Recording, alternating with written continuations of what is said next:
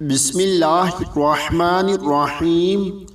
فجر کی نماز کے بعد رسول اللہ صلی اللہ علیہ وآلہ وسلم 10 مرتبہ یہ دعا پڑھتے تھے۔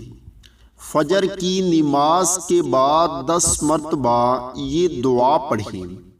لا الہ الا اللہ وحدہ لا شریک لہ لہ الملک ولہ الحمد یحیی ویمیت وہو علی کل شیء قدیر۔